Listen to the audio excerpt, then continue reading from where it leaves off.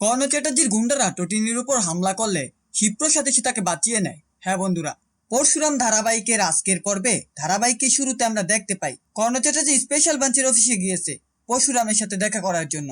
বলরাম অফিসে ঢুকতেই কর্ণ চ্যাটার্জিকে দেখে প্রশ্ন করে, আপনি এত সকালে এখানে কি করতে এসেছেন? কর্ণ চ্যাটার্জি জানায় সে পরশুরামের সাথে দেখা করতে চায়, কথা বলতে চায় এবং পুরো ব্যাপারটা সেটেল করতে চায়। তখন বলরাম জানতে চায়, কোন ব্যাপারে সেটেল করতে চান আপনি?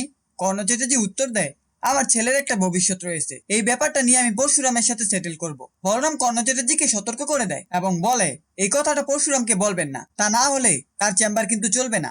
পরবর্তী দৃশ্যে আমরা দেখতে পাই তটিনী বাচ্চাদের নিয়ে স্কুলের জন্য তৈরি হচ্ছে। ঠিক তখনই শিবপ্রসাদ সেখানে আসে। তটিনী জানায়, মাসকাবাড়ির বাজার শেষ হয়ে গেছে, আমি 1 মাসের খরচ দিয়ে 2 মাস চালিয়েছি, এখন আর পারবো না। শিবপ্রসাদ বলে, চিন্তা করো না, আমি সব নিয়ে আসবো।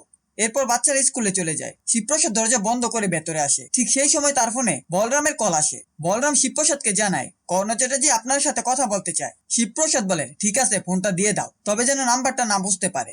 এরপর বলরাম কর্ণ চ্যাটার্জিকে ফোনটা দিয়ে দেয়। ফোনে কর্ণ চ্যাটার্জি শিবপ্রসাদকে অফার করে, যদি তুমি এই কেসটা থেকে সরে দাঁড়াও তাহলে আমি তোমাকে মোটা অঙ্কের টাকা দেবো, গাড়ি দেবো, বাড়ি দেবো।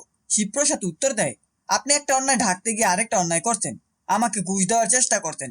আমি চাইলে এই ঘুষের অপরাধে আপনার বিরুদ্ধে মামলা করতে পারি। এসব কথা শুনে কর্ণ চ্যাটার্জি প্রচন্ড রেগে যায় এবং শিবপ্রসাদকে হুমকি দিতে শুরু করে। কিন্তু শিবপ্রসাদ দৃঢ়ভাবে বলে, আপনার যা ইচ্ছা তাই করুন, আমি আমার প্রহার চালাতে জানি। এরপর কর্ণ চ্যাটার্জি ফোন রেখে দিয়ে একা একাই বলতে থাকে, এখন লড়াই হবে সমানে সমানে, দেখা যাক কে জিতে কে হারে।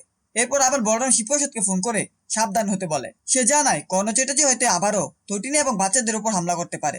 শিবপ্রসাদ উত্তর দেয়, আমি বের হচ্ছি, ওদেরকে অনুসরণ করব। পরবর্তী দৃশ্যে আমরা দেখতে পাই তটিনী বাচ্চাদের স্কুলে দিয়ে ফিরছে। অন্যদিকে কর্ণ চ্যাটার্জির লোক তার উপর নজর রাখছিল। ঠিক তখনই এক গুন্ডা ধারালো অস্ত্র নিয়ে তটিনীর উপর হামলা করে। ঠিক সেই মুহূর্তে শিবপ্রসাদ তাকে এসে বাঁচিয়ে নেয়। তটিনী বুঝতে পারেন আসলে কি ঘটেছে। তখন শিবপ্রসাদ জানায়, কর্ণ চ্যাটার্জির লোক তোমার উপর হামলা করেছে।